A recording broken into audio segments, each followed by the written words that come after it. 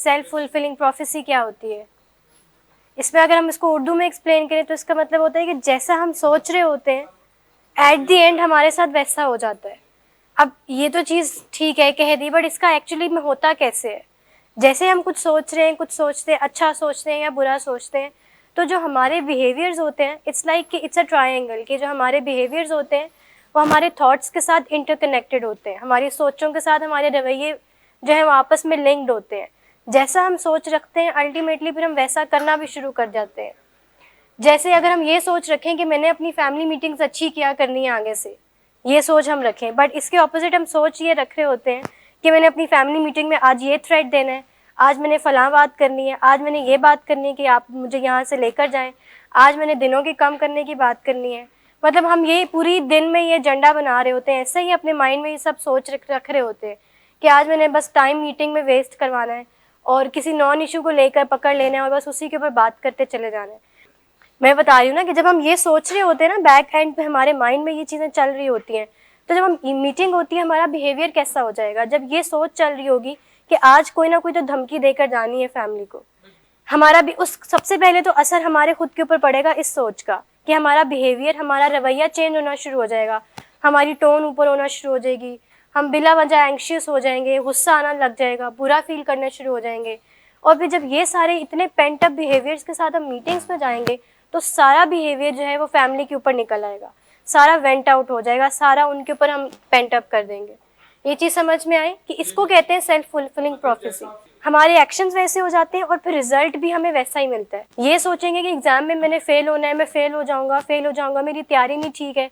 जब एग्जाम आएगा जो याद होगा भी वो भी भूल जाएगा और उसके बाद फिर हम जो पैनिक कर जाएंगे ना। इसका एंटीडोट ये होता है कि इस चीज़ से हम बाहर इस तरह से निकल सकते हैं कि अगर हम अपने आप को प्रोएक्टिव रखें, अगर हम ये सोचें कि मैंने जो पहले मेरा फ्यूचर में जो काम आएगा उसके कॉन्सिक्वेंस क्या क्या होंगे, उसके रिजल्ट्स क्या क्या होंगे, नतीजे क्या क्या होंगे, उनके बारे में हम अपनी एक जजमेंट बना लें, उनके बारे में सोच लें और फिर चीज़ों को आगे मूव ऑन करें। एक स्ट्रैटेजी बनाएं अपनी कि मैंने किस तरह से लेकर चलना है। जैसे यहाँ रहते हुए जब आपने अपनी फैमिली के साथ मीटिंग्स होती हैं तो हम कैसे अपने आप को प्रोएक्टिव बना सकते हैं? पेन डाउन कर लें, चीज़ों को लिख लें कि आज मैंने मीटिंग में ये बात करनी है, ये बात करनी है, फलां करनी है, लाइक अपनी पूरी तैयारी करके जाएं। मीटिंग्स में जब आपकी मीटिंग्स हो रही होती है ना फैमिली की, तो बहुत चीज़ें क्लियर हो रही होती हैं। फैमिली को एक हैंड पे बहुत कुछ पता चल रहा होता है, काउंसलर्स को बहुत कुछ पता चल रहा होता है और पेशेंट को खुद पता चल रहा होता है बहुत कुछ। फैमिली की भी ट्रेनिंग नहीं होती है, फैमिली को चीज़ों के बारे में नहीं पता होता। जैसे आप लोगों को यहाँ पे आके एडिक्शन का कॉन्सेप्ट मिला, यहाँ पे आके एडिक्शन के बारे में पता चलना शुरू हुआ कि अच्छा ये एक बीमारी है, ये इस तरह से है, इस तरह से पैदा होती है, इसके कॉन्सिक्वेंसेस क्या क्या हैं, यहाँ आके पता चलना शुरू हो रहा है ना। फैमिलीज़ को भी इस चीज़ की नॉलेज नहीं होती। हम ये नहीं कह रहे होते कि आपने अपने पेशेंट के साथ बस बैड बिहेवियर ही करना है, आपने बस उनसे मतलब यही कहना है कि बस इलाज पे तवज्जो दो। हम कह रहे होते हैं कि आप उनसे और भी अपना कनेक्शन बिल्ड करने की कोशिश करें। वो जो एक एक्टिव एडिक्शन में इतना बड़ा कम्युनिकेशन गैप आ चुका होता है, हम कह रहे होते हैं कि उसको फिल इन करें, उसमें अपनी बातचीत अच्छी करें। जब आप एक्टिव एडिक्शन में थे ना, जब अपनी बीमारी के असल जोर में थे, तो आपने बड़ी मनमानियाँ की थी अपनी, तो अब ज़रा थोड़ा सा बाउंड होके चलना पड़ रहा है, तो इट्स ओके, इसमें कोई ख़राबी नहीं है कोई ख़राबी। जब एक मरीज़ एक्टिव एडिक्शन में आइसोलेशन में चले जाते हैं ना, दैट मीन्स कि उन्होंने अपना सोशल कनेक्शन ख़त्म कर दिया। आपको पता है कि इंसान, we are social human beings ना, मतलब हमारे लिए इंटरेक्ट करना बहुत ज़्यादा नेसेसरी है। अगर हमारा मूड थोड़ा सा भी ऊपर नीचे होता है ना, तो वहीं से ख़राबी आना शुरू हो जाती है। जाहिर सी बात, मैंने कभी भी नहीं ये चीज़ कभी भी नहीं कही कि गुस्सा हम करना ही नहीं चाहिए, मतलब मैंने ये कभी नहीं कहा कि गुस्सा आना ही नहीं चाहिए। गुस्सा एक आने वाली चीज़ होती है, but the way we manifest it वो डिफरेंट होता है। गुस्से का इजहार करना हम सीख सकते हैं किस तरह से करना है। गुस्सा आने वाली चीज़ होती है, इसको हम नहीं रोक सकते। जैसे खुशी को हम आने से नहीं रोक सकते, जैसे उदासी को हम आने से नहीं रोक सकते, इसी तरह गुस्से को भी हम आने से नहीं रोक सकते। लेकिन जिस तरह से हम गुस्से का इजहार करते हैं, हम उस चीज़ को कंट्रोल कर सकते हैं, उस चीज़ पे ग्रिप हासिल कर सकते हैं, उसको सीख सकते हैं कि मैं यहाँ जहाँ पहले मैं बहुत ज़्यादा वर्बली अब्यूसिव हो जाता था, अब मैंने गुस्से का इतना शदीद इंटेंसिटी शो नहीं करनी, अब मैंने अपना वे ऑफ शोइंग एंगर ज़रा डिफरेंट करना है। वहाँ पे आपको एंगर मैनेजमेंट स्किल्स अप्लाई करने पड़ते हैं, अपने आप को डिस्ट्रैक्ट करना पड़ता है, डिस्टेंट करना पड़ता है, अपने आप को ज़रा स्पेस देनी पड़ती है, चीज़ों के बारे में सीखना पड़ता है और फिर एक फ्रेश एयर में जाना पड़ता है, पानी पीना पड़ता है, तब जाके आप अपने राइट सेंसेस में आते हैं। ऐसे इम्पल्सिव, जो हम इम्पल्सिव डिसीजंस लेते हैं वो हमारा चिम ब्रेन हमसे करा रहा होता है। बैठे बैठे कुछ खाने का दिल किया, फौरन से पहले ऑर्डर कर दिया, दैट्स हमारे चिम ब्रेन का जो एक्शन होता है वो बेसिकली ये होता है। हमेशा ये चीज़ याद रखनी है कि जब भी किसी इंसान को एडिक्शन की बीमारी होती है ना, तो जो हमारी बेसिक नीड्स होती हैं वो ख़त्म हो जाती हैं। बेसिक नीड्स क्या क्या होती हैं? भूख की, प्यास की, शेल्टर की, सेफ्टी की, यही बेसिक नीड्स होती हैं जो कि इंसान को ज़िंदा रहने के लिए ज़रूरी हैं। जब हम नशे की हालत में होते हैं या इस तरह की किसी बीमारी की हालत में होते हैं तो ये तीनों नीड्स हमारी निगलेक्ट हो जाती हैं। ना हमें भूख का ख्याल रहता है, ना हमें प्यास का, ना हमारे नींद का हमें ख्याल रहता है। हमारी फिजिकल हाइजीन टोटली डैमेज्ड होती है। हम अपनी सिक्योरिटी का हमें ख्याल नहीं रहता, अपनी सेफ्टी का हमें ख्याल नहीं रहता।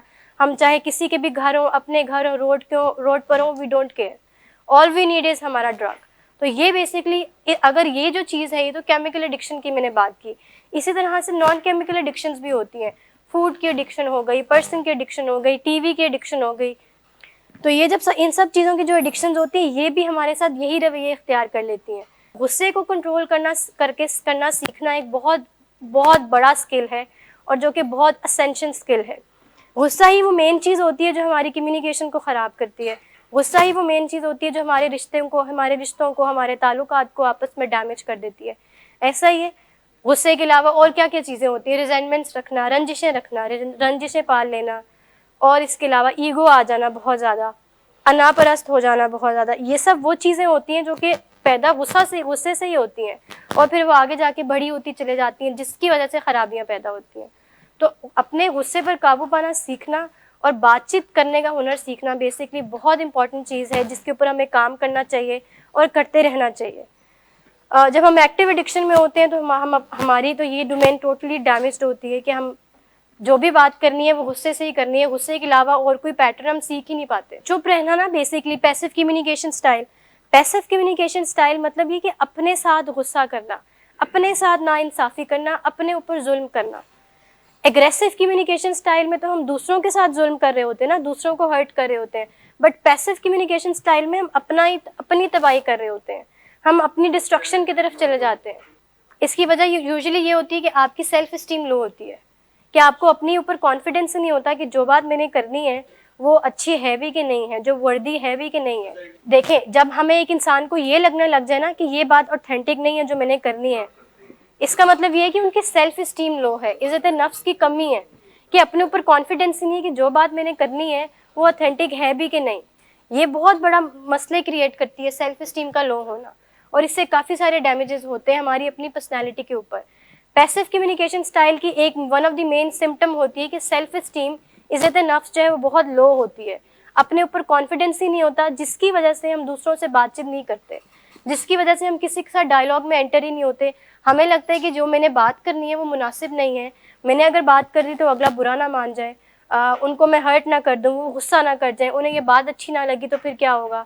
तो इसलिए कि हम उनको पीपल प्लीजिंग की तरफ चले जाते हैं, दूसरों को खुश करने की तरफ चले जाते हैं, और उनके मतलब की बातें करना शुरू कर देते हैं। दैट इज़ फेकनेस, कि हम फेक कर रहे होते हैं।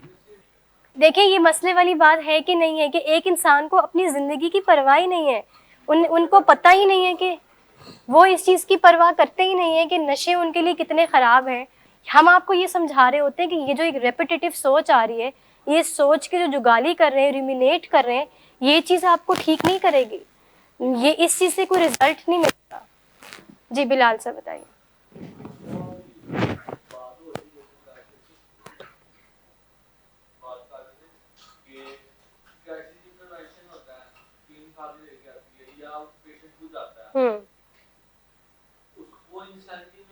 हम्म तो मेरे को सवाल है कि बड़े मुल्कों में जो पेशेंट इंसानिटी में होता है ना, वो उसको तो नहीं उठा के लेके आते, या वो तो खुद आता है उसमें। लेकिन जिसने वो जितना मैंने कहने का मुझे मतलब है कि मैं आपका सवाल समझ गई। टीम जाती है, वो इंटरवेंशन करना पड़ती है, उस पेशेंट की मर्जी होती है वो खुद आए या ना आए। पर्सनल लॉ डिफरेंट है। मैं आपको बताती हूँ, बेसिकली जो बाहर का प्रोटोकॉल है ना, वो वाला स्ट्रक्चर तो वो वाला फॉलो कर रहे हैं ना। नहीं, बाहर का जो स्ट्रक्चर है ना, वहाँ पे पहले फैमिली इंटरवेंशन होती है, यहाँ पे फैमिली इंटरवेंशन पॉसिबल नहीं है। नहीं, वहाँ पे ऑब्वियसली फैमिली इंटरवेंशन का मतलब ही यही है कि फैमिली मिल बैठ के पेशेंट से बात करती है कि आपको इलाज की ज़रूरत है।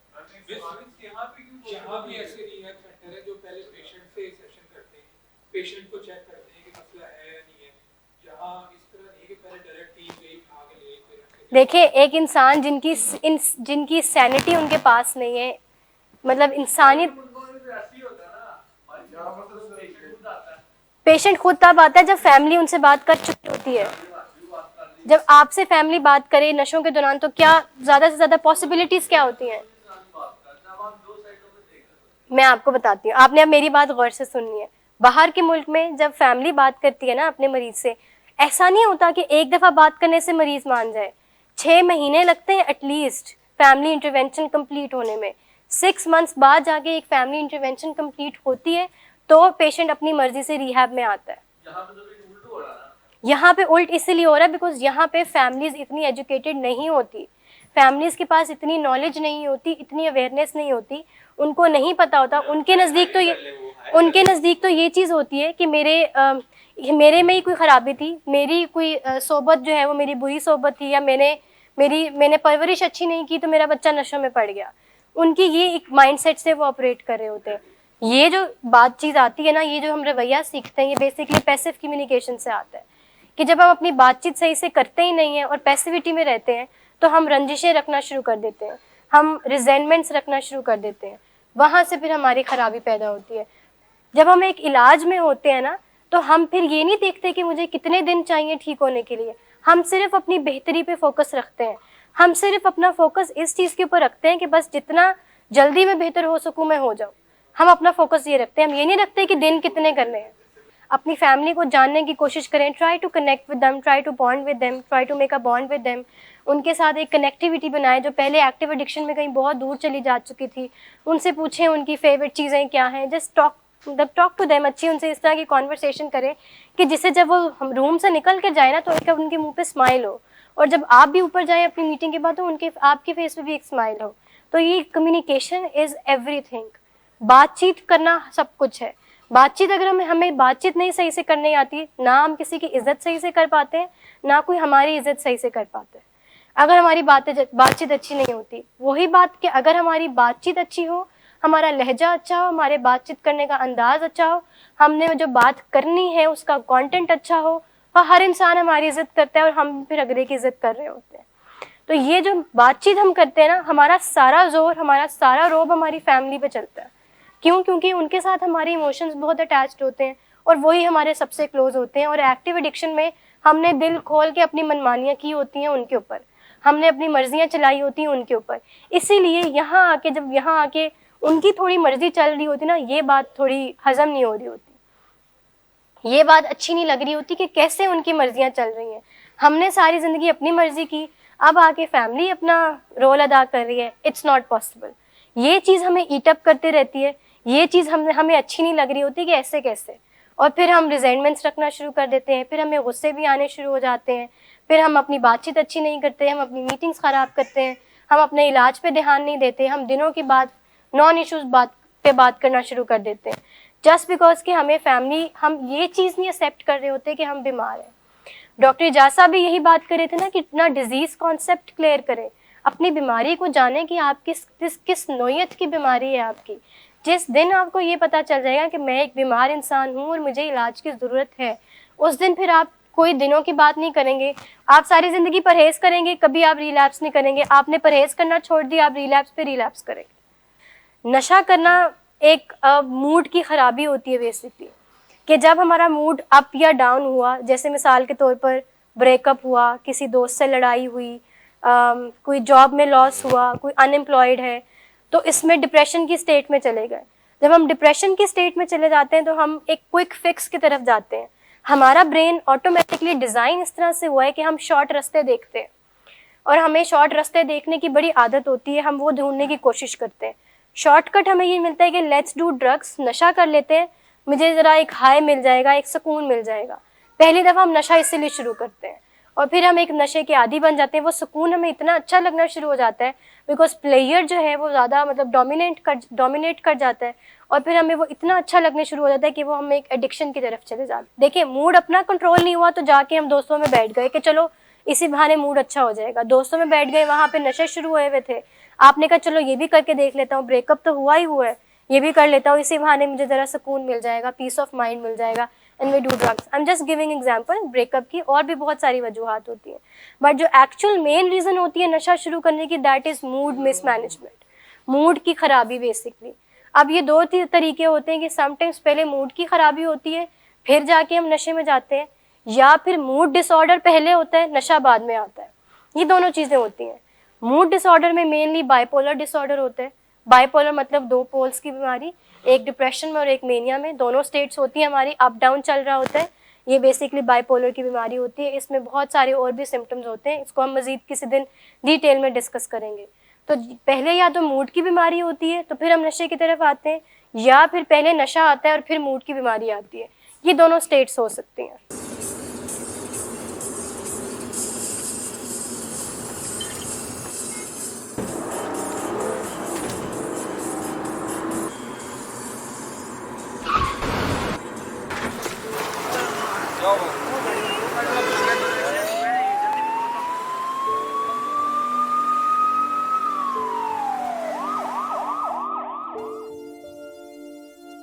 गाड़ी के नीचे बंधा दिया आपके बच्चे, कैसे छोड़ दूं बाबा जी, ये बोतल निकली। शराब नोशी की वजह किरदार की खराबी नहीं, मूड की खराबी है। शराब नोशी कभी भी नशे की बीमारी में बदल सकती है।